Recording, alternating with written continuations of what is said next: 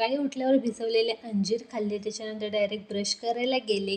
मस्तपैकी ब्रश वगैरे करून फेस वॉश केला आणि मस्तपैकी फ्रेश झाले आणि डायरेक्ट आले किचनमध्ये आल्यावर सगळ्यात पहिले मी पीठ मळून ठेवलं. कारण चपातीचं पीठ आहे ना 15 मिनटं तरी रेस्टवर ठेवलं ना तर मस्त मऊ लुसलुशीत अशी चपात्या होतात. आणि फोडणी देताना पण तुम्ही पण असं करता का मला कमेंटमध्ये नक्की सांगा.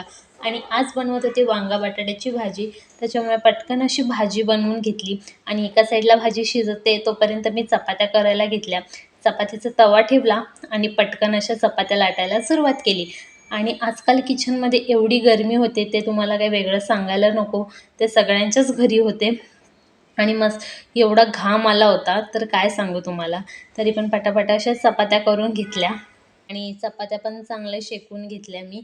आणि यश खाली गेला होता तर त्यांनी मस्तपैकी मला नाश्ता आणला होता.